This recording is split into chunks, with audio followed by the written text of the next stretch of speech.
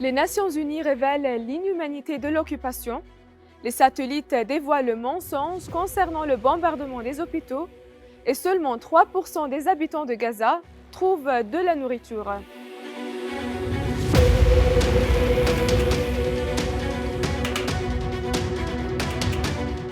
Ils ont prétendu n'avoir pas détruit les hôpitaux. Telle a été la réponse des forces d'occupation à un rapport qui leur a été envoyé concernant les opérations de bombardement ciblant les hôpitaux dans la bande, notamment les 22 hôpitaux du Nord. À l'ère des satellites, l'occupation ne peut échapper à ces mensonges. Une étude analytique révèle que les effets autour des hôpitaux de la bande correspondent à ceux laissés par les bombes pesant 2000 livres, utilisés par l'occupation lors de ces bombardements. Cela place les hôpitaux dans la zone mortelle des éclats, atteignant jusqu'à 365 mètres.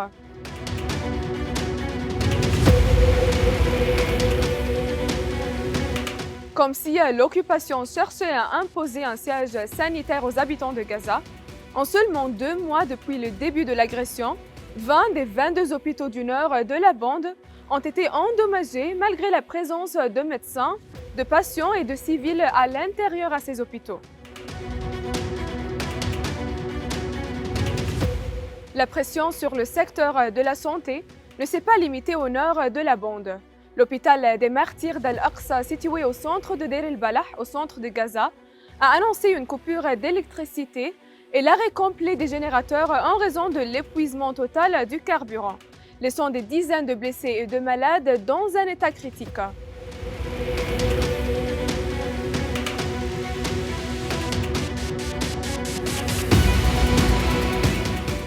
Du siège sanitaire à la famine, le président de l'Observatoire méditerranéen des droits de l'homme a confirmé que l'occupation vise les habitants de la bande de Gaza dans de nombreuses régions et que 90% des Palestiniens endurent une tragédie majeure due au bombardement, tandis que 97% des civils ne trouvent pas de nourriture.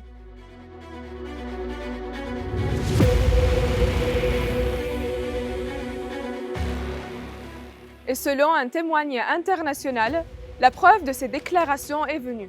Le Bureau des affaires humanitaires des Nations Unies a affirmé que les autorités israéliennes entravent ces efforts pour aider les personnes restées dans le nord de la bande, invoquant la crainte d'une prise de contrôle par des militants sur les fournitures.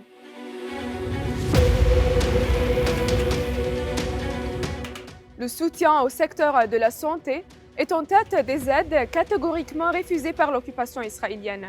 Une situation que le Bureau des Nations Unies a qualifiée de nouveau d'inhumanité inacceptable.